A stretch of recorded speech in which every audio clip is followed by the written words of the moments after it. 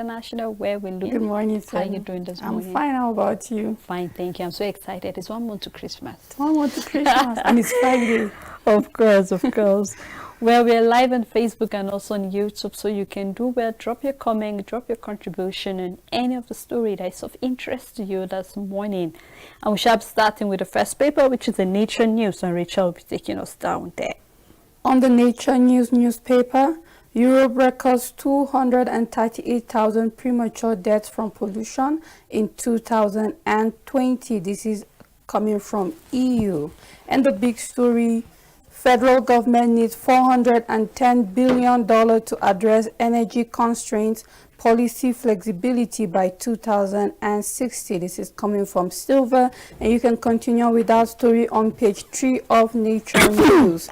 And at the downside of the paper, how Tiger Woods can jump over 1,000 spots in the world ranking next week, and you can read that on page 21 for our tennis lovers. And that's all the news on Nature News. All right, let's take a look at the Vanguard newspaper. We have an encounter that say evicted twice, abandoned by wife homeless for 23 years. This is coming from an ex-warrant officer narrating his ordeal in service.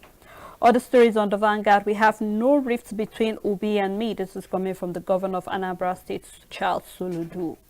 And we have match your words with action, can tax the presidential candidate concerning the 2023 elections. From the Nigerian Air, Court extends the status code other. Nigerians' growth momentum slows to 2.25% in the third quarter of 2022. And on 2023, we have APC makes U-turn, declares support for beavers and IREVs. And we have the story that says the national chairman of the ruling All Progressive Congress, the APC Senator Abdullahi Ahmad Adamu, has disclaimed reports that he was opposed to the deployment of the Bambotra Voter Accreditation System, which is the beavers, and the Independent National Electoral Commission INEC result viewing Porter Irie for the next year general election. And at a news conference in Abuja yesterday, Adamu said he was only expressing reservation about the challenges of electricity supply and irregular telecommunication signals in the outlying voting district of the country. At a meeting with the pre-election delegation of the Commonwealth Election Observation Mission on Wednesday in Abuja, Senator Adamu had said, "First, I was privileged to serve as a senator. Our concern is how ready are we to deploy some of these technologies as regards transmission, because we are taking a major step in transmitting election results in real time. To transmit results, every part of the nation, Nigeria, I am not sure that the network covers it. I know that even in parts of Abuja, there is no network, and we have from now to February, when in substantial part of the country, there is no electricity. INEC must assure us 100% that as and when due in transmitting results, they are ready, because they spoke about recharging batteries, but we had in previous election when it said it could not recharge." At the same meeting, the National Organizing Secretary of the party, Ambassador Suleiman, had also said the new technology may not work in his home state, Kebbi. So this is because yesterday we saw in the papers where it was stated that the APC chairman had reservation about us going digital because of technology. He's talking about telecommunication and also electricity. In as much as I also buy into the concern of the APC chairman at a time where we're still having issue with power, we're still having issue with telecommunication. In fact, we're still struggling with other areas, are still struggling with 2G. Yeah. Not to talk about 3G, 4G, as it is obtainable at a time like this for us to be able to transmit this result, digitally. That's going through technology. But then I hope that we just have barely not even up to 90 days to round up the year. So we have till now to February for INEC to really tell us, even though these were some of the concerns from the very onset, lots of Nigerians have expressed, how ready are we? We don't have to hear stories that card reader cannot pick my thumbprint. I have to keep changing and changing. Batteries are weak, no light to charge all of this. I think these are reservations. So I think this should be a challenge that INEC should pick to be sure that in as much as they say they are 100% ready, everything is ready. We don't want to hear any lapses coming up to actually prevent the transmission of results. I want to believe that the INEC are on this, because it will be a bad thing. This is one election that every Nigerian is looking forward to. We've had big elections in the past, but allow me to say this is the biggest. This election is revolutionary in so many ways, and I believe that the INEC will do everything in their power to make sure that they don't disappoint Nigerians, because if anything should go wrong with this election, INEC would have literally dashed our hopes off, and I believe that the commission will do everything in its power. So if they keep assuring us that they are good to go and they are okay regardless of regardless of what they could face or any problem that could encounter, I believe that now that concerns are being raised, then it is only expected of INEC to do what will counter that. What are you doing about it? You mentioned power supply. Of course, it is a problem. So what are you doing to make sure that during election there is consistent power supply?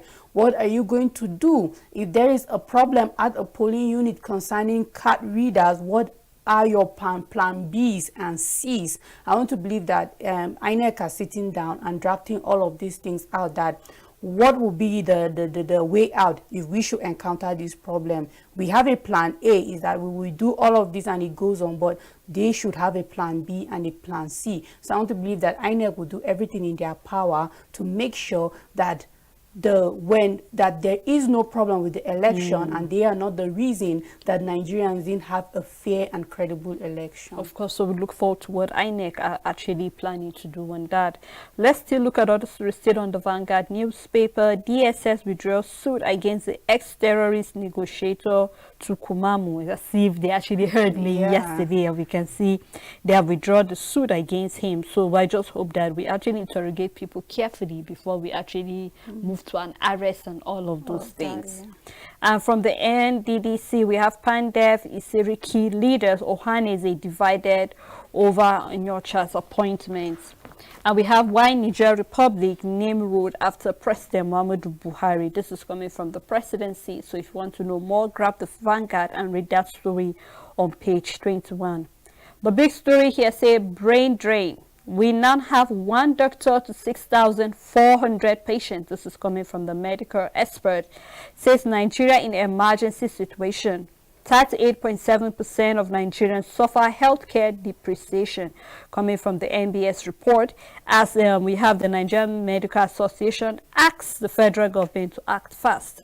And we keep our health sector is deteriorating carefully, gently, every day. One step at a time.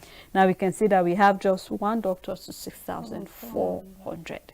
It's really a sad one. So I hope we really act fast, because at the pace that these doctors are living, I believe that before the middle of 2023, I don't know what will be of our health sectors. Possibly we'll shut down these hospitals. So what will now be the fate of Nigerians? Very few people can afford to go to the private hospitals because of just to pay consultation fees. Imagine how much is it? And then maybe you have to open a file. Another money is being. So all of these things, I believe the federal government needs to act fast and swiftly. We really need the health sector a lot, not just the health sector, but this is just one out of the other sectors that really need attention at a time like this. So I hope the federal government will act fast. Although the figures are a little bit conflicting, because I remember some months back it was to 10,000. It was one doctor to 10,000. Now we're seeing medical experts saying 6,400 to one doctor. So whatever it is, I believe they are still outnumbered. Whether 6,000, whether 5,000, I feel even if it is 2,000 to 1, it's still a lot. The ratio should go down, and then the number should be enough that one doctor will effectively, efficiently, without being brain drained, see a patient and be able to see a good amount of patients and give them like the same, like adequate attention, with that. But then regardless of the number, if we're having thousands to one doctor, is still not good enough. So yes, the federal government needs to step in. This is one problem in Nigeria currently, that something needs to be done about it, like quickly, urgently, because this is 2022, we don't know what next year holds for us. And as we can see, it's not like these doctors have stopped living. I want to believe there might be a doctor now at one international airport or somewhere about to leave the country. I'm just assuming one, there could be more than that. So it's not like they have stopped living. They are still living. These numbers will keep going high, and we will see the consequences more. Well, we look forward to something being done there. Other stories still on Vanguard. We have Nigeria ranks the first among the world cannabis use countries. This really sad story that broke my heart to be seen in the, on the papers. Why don't we rank first in free of drugs and all that? But we're talking about cannabis. Well, we hope that talking about the NDLE are still doing their best to intercept all those that are involved in all of this thing, and we really applaud them for they have done their best talking about persecuting some drug barons left, right, and center. So we look forward to more. Even individuals, we can put our hands together and actually help the NDLE to do something about all of this. Yes, and if we're ranking first in its consumption, it means we import it the most. It means we even have it available more than the countries that legally farm it. So it is alarming that we import this thing. For us to be the first ranked among other countries, knowing the fact that there are countries that is legal there and they plant it and they grow it, and for us not to plant it and yet be the first in consuming it in the world, then it means that there's a lot going on, and then everybody just needs to wake up. Like the fight against drugs and all of that is not only for NDLEA but then for the entire country, the community, me as a common person and every other person. Of course, Rachel. Well, then that's all on the Vanguard newspaper. On the Guardian newspaper, still on flood, prepare for high cost of food, increased hunger, farmers warns Nigerians. Senate committee clears Umana, dismisses 480 billion naira fraud allegation. Sanwo-Olu at ISSTF town hall meeting promises improved security. COSEYI condemns alleged assassination attempt on Obi during rally. And the big story on the Guardian newspaper, decline in oil, gas output hampers growth amid recession fears. And there's a writer that says Nigeria in technical recession, says expert. And at the downside of the paper, we have picture stories after the floods, picking bits, pieces of ruined investments and livelihood. And if you want to read more of that story, you can turn to pages 4 and 5 of the Guardian newspaper. PDP, CUPP orders slam at the move over the deployment of BVAs, and you can read that also in the pages of the Guardian newspaper. And that's all the news on the Guardian. Let's take a look at the Daily Independent newspaper. Poor productive activities drag Nigerian GDP down to 2.25%. We have Lagos record the lowest robbery incident in decades. Well, that's really a great one. The big story for the Daily Independent, APC recants backs the Beavers, e-transmission of poll result. PDP blasts the ruling party over the Beavers and the IREV portal rejection. Obasanjo asks youth not to allow those messing them up to succeed. And we have 401 fatal case of gender-based violence recorded in 2022. This is calling from Pauline Talent. And she said, Lawn Appeals Court decision on Buhari as Adamawa. Okay, I take that right again. Lawn's Appeal Court decision on Banira as Adamawa APC Guba candidates. Court disqualified Rivers APC Guba candidate Toye Call. And we have Buhari reward loyalty, doesn't use and dumb 8. This is coming from Gambari. And on amendment of the NDLEA Act will further strengthen drug war. This is coming from Marwa. Other stories still on the paper. Federal government reintroduces history in basic education curriculum. The writer say begins training of 3,700 history teachers, and I'm really happy we're going back to, because there are a lot of schools that no longer take history. Nigerians don't have, most Nigerian students don't have a history about what happened in their country, and I think it's very paramount at a time like this. Left to me, I think it's better you take out government and leave history than to take out history and leave government, because you cannot tell where you are going if you don't know where you are coming from. So at a time like this, it's very, very paramount that we have history back in our, educational curriculum.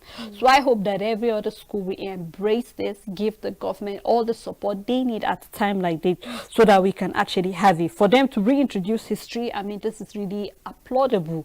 We need to applaud the government for a step like this. It's very important. So I hope that we have good, qualified history teachers that will take their time to teach every student the history of Nigeria, all you need to know, so you can actually know the reason why we're where we are presently, and how we can actually change the narrative of things like that. And for some of us growing up, we did ACE starting from the primary school, and you realize that you knew more American history than your own. And then growing up, you just realize that your history is rich. Like, no offense to any country, but Nigerian history is very rich. Like, it's very deep.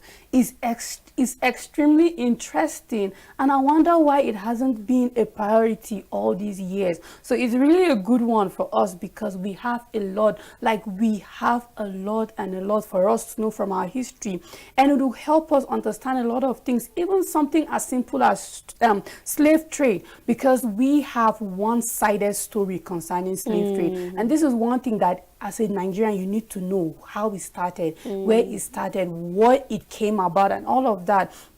And it will even give you a better understanding of colonialism and all of that. And yeah, so it's just a very good, I find it very exciting. And I think history, we shouldn't, and we have schools, is sad that we have schools that also prioritize because they claim to be ACE.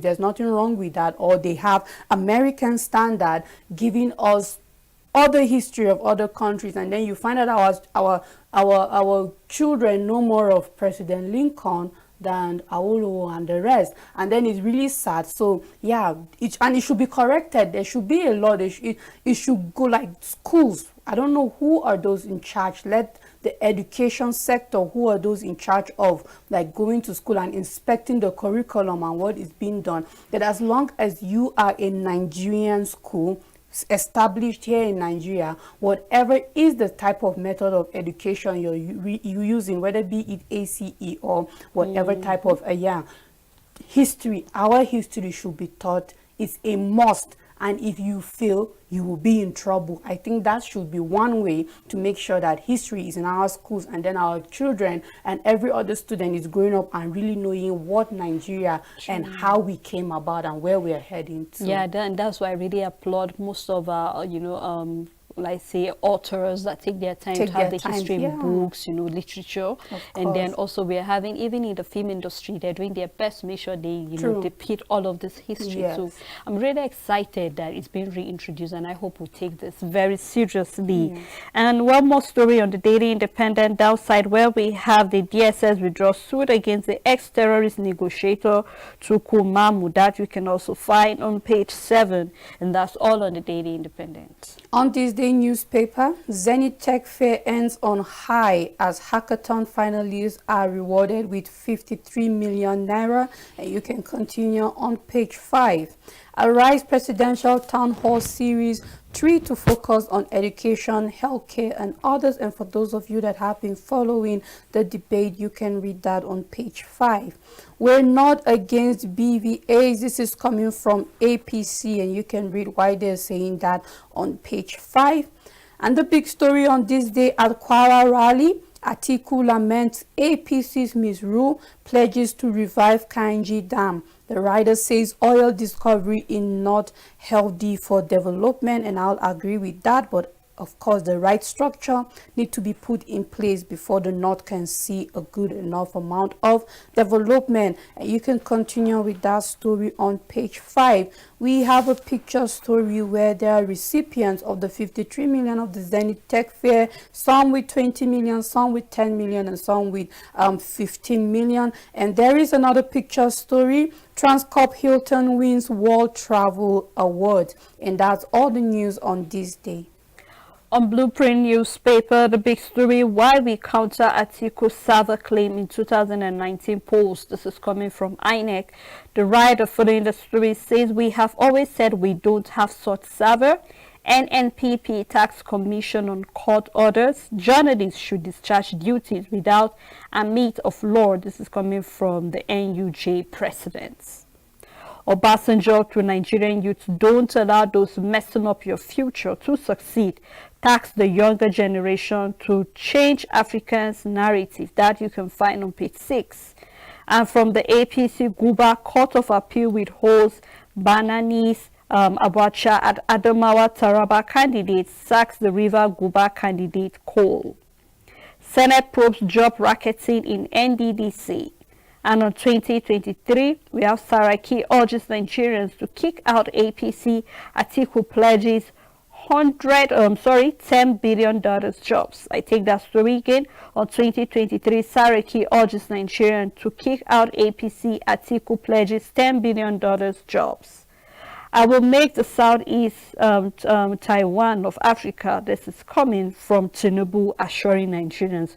Well, we'll keep our fingers crossed, and we are actually keeping records of all of these manifestos coming from all of these political aspirants in their various parties. We have Atiku giving us assurance of $10 billion job, and Tinubu turning Nigeria to another country. So we look forward to all of that. It's not about talking, because talk is cheap. We are tired of the talks. Yes. Right now, all we're looking forward is the work. So we hope that with God helping them, if any of them emerges, they should keep to their promises. And we can see picture stories of them actually going through their campaign. For you to be able to have these people coming out, they believe in you. So I hope that we end up not trashing the hope of Nigerians as a result of our own greed or our own selfish interests. And that's all on the Blueprint newspaper. On Nigerian News Direct, Zenith Bank splashes 53 million naira on finalists at Zenith Tech Fair 2.0. Osun government install Famodo new Owa of Ibajo. TEHC unveils Louisville Smart Housing Development at Eco Atlantic. And the big story, oil sector woes worsen Nigerians' GDP fortune, revenue, and other economic indices. And the writer says as non-oil sector grows by 4.27% in real terms in the third quarter of 2022, contributes 94.34% to total GDP as oil sector declines to 5.66% to aggregate real GDP. Experts react, fear tougher times for Nigerians. Still on Nigerian News Direct, NIDCOM, NAPAC presents relief materials to NEMA for flood victims. And we have a Femi additional column for those interested in that. Is on the back page of Nigerian News Direct.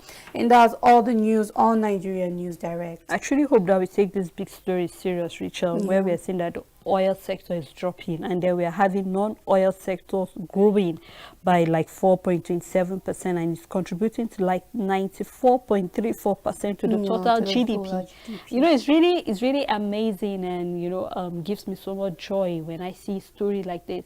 But then the problem here is that we are yet to even focus. Nigeria has everything. We do. Is it gold? Is it diamond? Is it bronze? So just name any natural resources, you will find it in Nigeria, except we've not dig.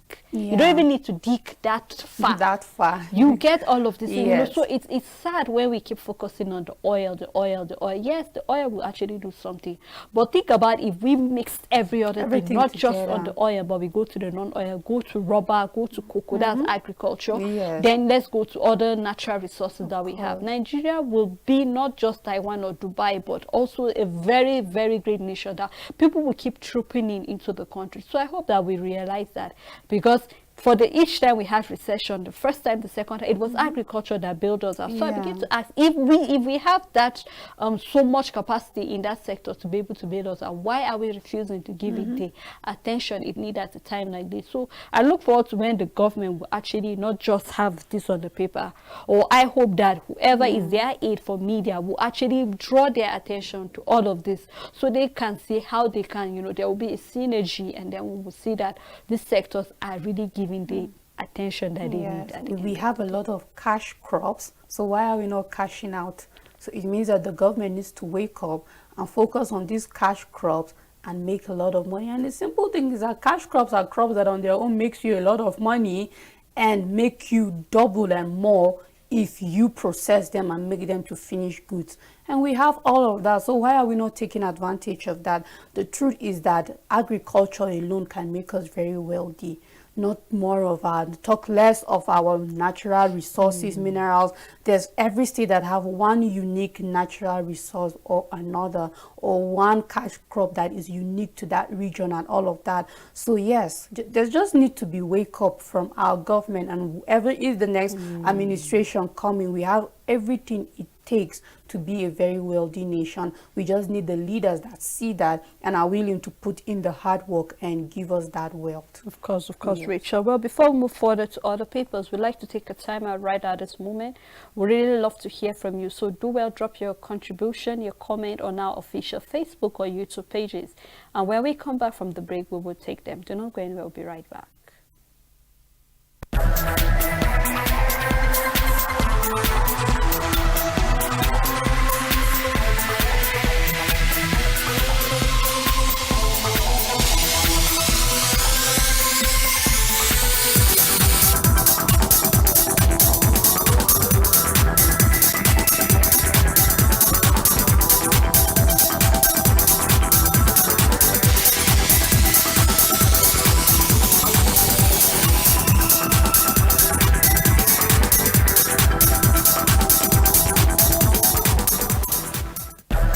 Welcome back. If you're just tuning in, the program is the Dailies on Network Television International. We've been looking at various stories that are trending on our papers this morning, from the issue of the beavers that the APC chairman have come out to say that he didn't say that. So we really need to hear you. What do you have to say? Do you think INEC are actually ready, fully ready, 100% ready to go digital at a time like this, where we're still having issue of electricity, talking about telecommunications and all of that? We'd really love to hear from you. And also, if Nigeria, you feel we really need to focus on the non-oil sector rather than just the oil sector. A lot of stories are trending on the paper, so we really love to hear from you. And I'm still with my co-host Rachel Tanzi. Thank you so much, Rachel, for doing this with me. Right at this moment, let's move to the next paper, which is the Daily Times newspaper. The first story is on strike. Federal government to review commerce and cohort salary structure. The big story says on 2023 APC, and we have the PDP trade wars over the beavers and the IREV. The writer following that story, rejection of beavers and the IREV confirms APC's frustration, says Atiku campaign. No, we are not against deployment of beavers, electronic transmission of results. That's a reply coming from the APC. And INEC is saying no plan to shut down result viewing portal. So we keep our fingers crossed on that. Nigerian ties with Niger, Chad and others yielding results coming from the presidency. Buhari profiles solution to terrorism threat in West Africa, that you can find on page 3. Ogun PDP Guba ticket, Adebutu Lawan no fate December 1st. I will set aside $10 billion for youth women empowerment. This is coming from the PDP presidential candidate Atiku, that you can find on page 2. We have a picture story here where we can see the APC Governor Hope Umahi and together with the APC presidential candidate during the campaign there. So you can do well, grab the Daily Times and read any of the story that is of interest to you. On the Punch newspaper, court stopped Nigeria Air indefinitely, adjourns case till 2023.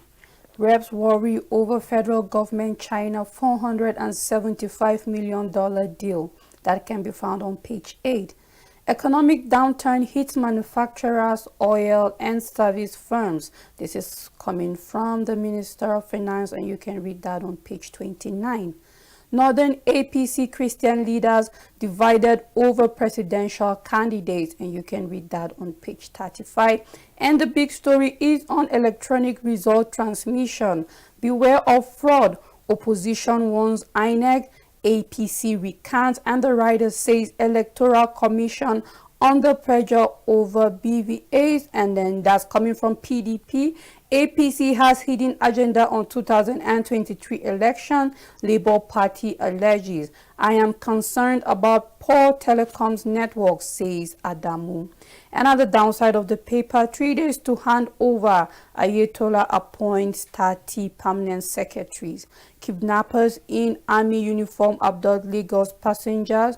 Probes begins. That can be found on pages 4 and 5 of the Punch newspaper.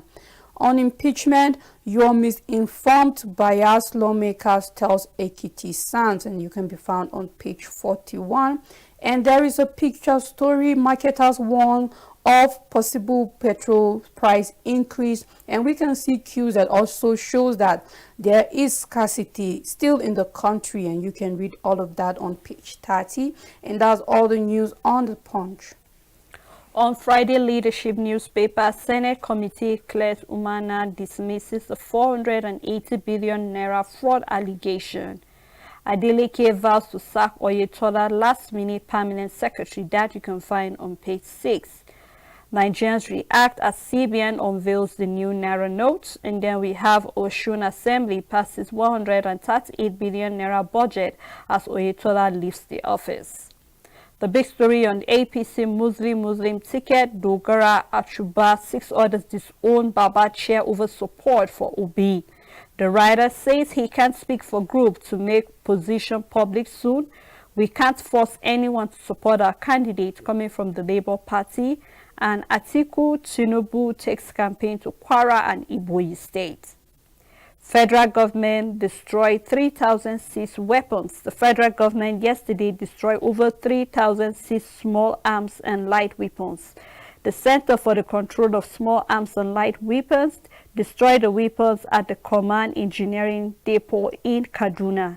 Speaking at the event, the National Security Advisor, Major General Baba Gana Magu, said that the purification of the small arms and light weapons. So we look forward to that. You can read more of that story on page 7.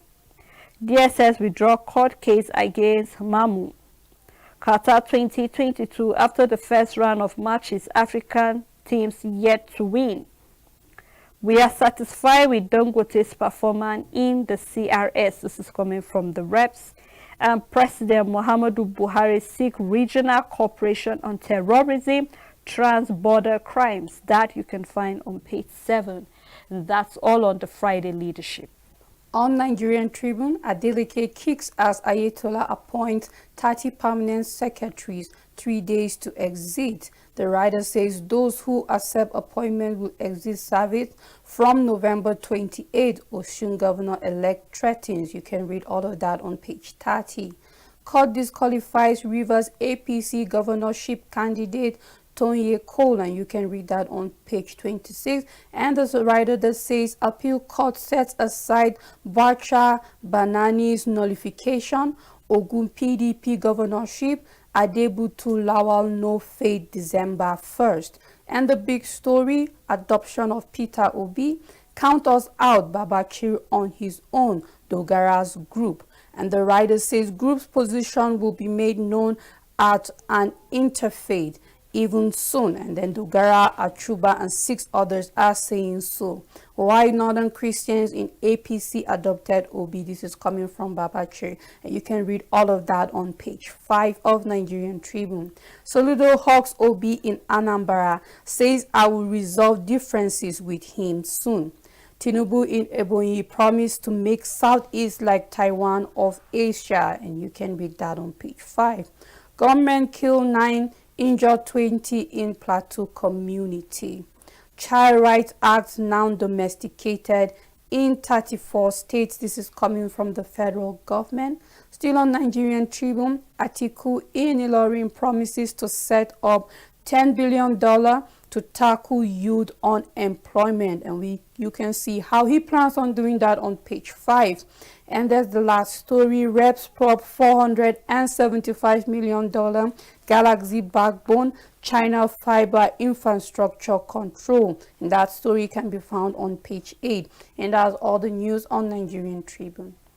On the Daily Sun newspaper, ex-SGF Baba Chair Lawan Group endorses Peter Obi. You can find that on page 6 of the Daily Sun newspaper. Khan State stands on 2023 election, says it has neither campaigned nor endorsed any candidates. Federal government reintroduces history in basic school, begin training of 3,700 teachers in the subject history. Christian Council loan governor on peace, good governance, quality leadership. I will set aside $10 billion for youth empowerment and women if elected, coming from Atiku. Appeal court declares Binani APC governorship candidate in Adamawa. Court disqualifies Rivers APC Guba candidates. Senate commits to clear Umana, dismisses the 480 billion naira fraud allegation. NSA gives reasons for proliferation of illicit arms, that you can find on page 4. I will address agitation in the southeast. This is coming from Tinubu. Pledges to review Nigerians' reward system. And downside, we have the G5 governors will continue to push for equity, justice in PDP. This is coming from Ipezu. That you can find on page 8. And that's all on the Daily Sun newspaper.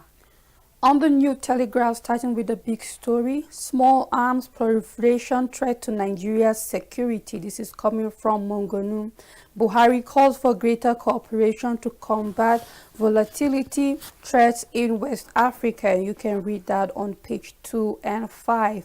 And at the top of the paper, marketers justify pump price above 200 naira per litre, attribute scarcity to dry depots. You can continue with that on page 3. And still on the third quarter of 2022, Nigeria's GDP growth decreases by 1.78%, and I hope something is being done about that. DSS withdraws suits against ex-terrorist negotiator Mamu, and just when we were hoping to hear they got something out of him. I think that was what we said. When we were hoping they say what they got out of him and all of that, and we're seeing that is reverse is the case now, and we don't know where's the way forward. But I hope that they were able to get some information from him that could carry them to the next stage, because we need these people out there. It's not just enough for them to take back his to withdraw the suit, but what did they get from him, and is it enough to carry them to the next step? Because we need to keep fighting terrorism, and we had some hope that there was a negotiator that could tell them more, and now we're seeing that he's no longer there to tell them more. So what's the next step forward? I hope that they'll be kind enough to tell us what the next step forward and perhaps what information they're able to get out of him. Still on New Telegraph, court sacks River APC Guba candidate, and you can read that on page 26 and 29. G5 can't succumb to intimidation. This is coming from Otom. Buhari rewards loyalty, doesn't use and dump. This is coming from Gambari. Still on New Telegraph, federal government targets 95% financial inclusion by 2024. This is coming from the CBN governor, and the writer says Nigeria needs $400 billion to address energy constraints, and this is coming from Silva. Educating girl child better than women empowerment. This is coming from Lawan, and you can read that on page 5 and 28. And the writer says 34 states ratified Child Rights Act, which is a good one, and we hope that it will be in the 36 states, not just 34. Federal government reintroduces history in basic education curriculum and begins training of 3,700 teachers. Delta establishes Sexual Victims Referral Center. This is a good one also, and you can read more of that on page 26. And at the downside of the paper, Obasanjo to youths: don't allow those messing up your future to succeed. Says participants will guarantee their tomorrow. Engaging presidential candidates, not endorsement. This is coming from Khan, which is true. Of course, we need to engage them and know what they have to say. It doesn't mean we're endorsing them. And you can read all of that on page 2 and 5. Still on our presidential campaign for 2023, I will dialogue with all agitators, says Tinubu, and you can read everything he has to say on page 3 and 5. We have a study that ties vaping to tooth decay and risks, and for those of you that on page 28, and that's all the news on New Telegraph. You know, the story on educating the girl child better than women empowerment coming from the Senate president is a story that I find quite interesting. And I hope that just like we are having about 34 states rectifying the Child Rights Act, Yes. just like you said, you're hoping that we cover the 36 and equality and then plus the FCT. But then it's not enough to just train the girl child. What more does she have? We're still looking at how many women are being represented in the House of Reps, Yes. how many are in the Senate. Talking about our judiciary, even though to some large extent, lately the women are actually represented over there. But then it's not just there, but then the women need to be given rights, even though we're Yes. not talking about equality, but they're talking about equity and justice at a time like this, that what is rightfully mine will be given to me. And I'm happy because if we look at the likes of someone like Wike that have even made it a law that in your state, if you are a chairman, then your vice have to be a woman, so that the women will actually be represented. So Yes. I think we have to take this further, not just stopping at the basic, which is just making sure that the girl child is being educated, but then we need to move further to make sure that the women are equally represented. We can see that they are doing well in their various places. The way they are representing us in diaspora countries, you could know that women are actually doing well. So I look forward to it not just stopping at it being just in education, the basic, but then we should move further to making sure that the women are equally represented in various sectors in the Of course. federation. Yes, it's just about equal opportunity in the sense that if I am able to go to school and get my degree, I should be able to gain employment also. It's not all about educating the girl child, but what's the future for her, just as you said. So that's something that should be looked into, because a lot of times, yes, there's just agitation and campaign and advocacy that the girl child should be educated, but then what does the future hold for her? Is it as good as her being educated, or is just to be educated for education's sake and she just leaves it there? But then what's the space? What are the chances that are being created for that educated girl child? So yes, it's not all about the education, but then giving the opportunity to practice all that you have been educated to do and all of that, not just to be educated for the sake of gaining education, and in the end you're not contributing to the system or your government or your country at large. Of course. Let's take a look at the Metrics newspaper. We have from Oshuna Dedeke vows to sack Oyetola as permanent secretary on Monday. Financial inclusion key to economic growth and development, coming from President Muhammadu Buhari, says the government appreciates the strong impact of financial inclusion on economic growth and deployment, speaking at the maiden edition of the International Financial Inclusion Conference in Abuja yesterday. Other stories here, we have how low oil production forced Nigeria's economic growth to slow down by 2.25%. The Nigerian gross domestic product, the tool used in monitoring economic growth, declined due to a drop in productivity in the economy due to the recurrent contraction in the oil sector and the low growth in key non-oil sectors such as transportation, banking, and education. However, the country's GDP grew by 2.25% year-on-year in the third quarter of 2022, down from 3.54%. You can read more of that story inside the paper. The big story on 2023, mixed fortune for Peter Obi Labour Party. Why we are supporting Peter Obi, coming from the APC Northern Christian. Labour Party seek dissolution of Obi's presidential campaign cancel. 36 state governors take the federal government to court, reject sale of the power plant. And on 2023, see Khan's position after meeting with Tinubu, Atiku, Obi, and others. G5 governors flag off PDP campaign in Abia. And on 2023, we are not against electoral transmission of results coming from the APC. And we have picture story here, Zenith Bank reward winners. So you can do it, get the metrics and read any of the story that's of interest to you. On the Business Day newspaper, starting with the big story, Nigeria's economy slows in third quarter as oil manufacturing shrinks. And you can continue with that on page 20. Animators struggle for spotlight in Nollywood. And we have clean tech startup orders win 56 million naira at Zenith Tech.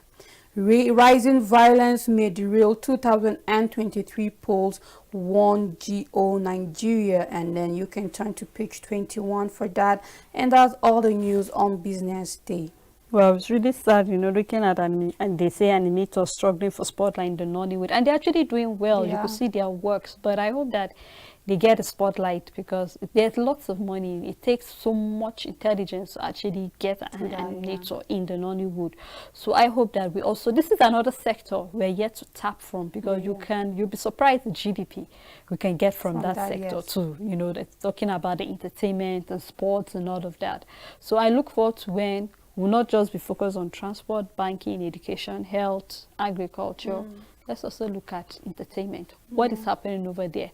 How can we key in lots of, pumping some money over there and hoping that we'll get lots? Because if you take a look at most of these entertainers, how much they make per performance, then you know that if you treat them well, if you give them the conducive atmosphere to strive better, they will give you much more than what you're actually getting. So I look forward to when the government will also look into that sector to get something out of it. The truth is that the only way these animators can get their spotlight in Nollywood is when we start to consume our own content. Now, whether we like it or not, yes, there is animation for adults and all of that, but the larger consumers of animation are children. Kids, of course. Yes, but then our kids and our children consume more of the foreign content, and which makes it difficult for these animators to get their spotlight in Nollywood.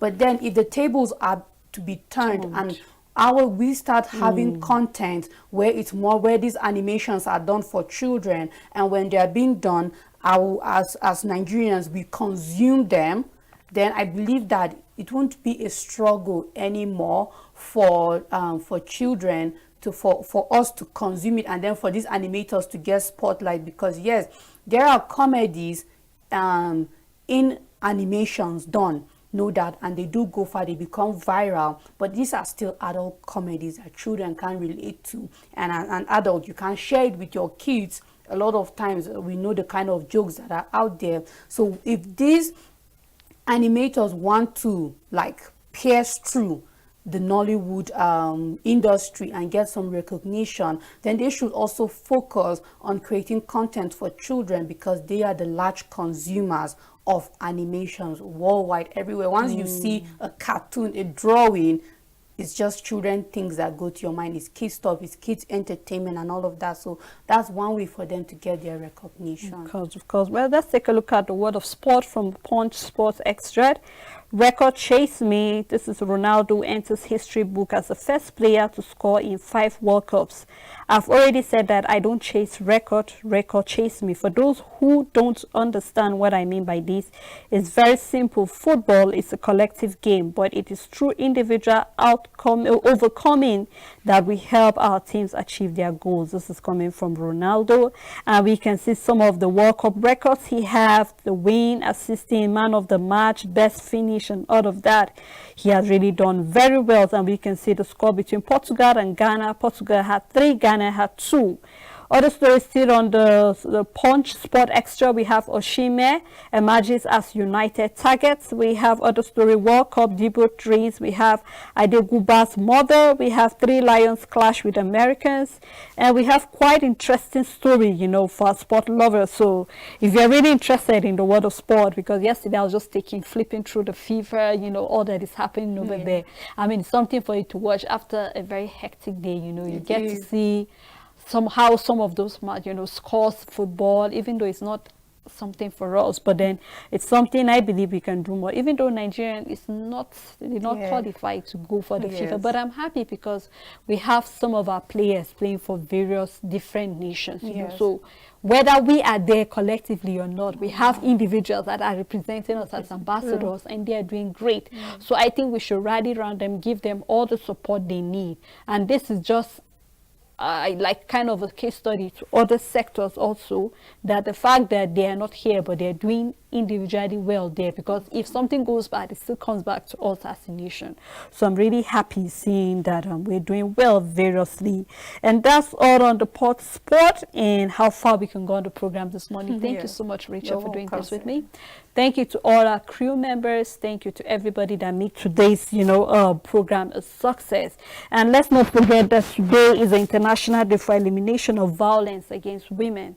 So in case you are where a lady or a woman is being violated, please report to the nearest authority so that we can all have justice and also have a peaceful country. Until we come your way again, do have a blissful weekend ahead.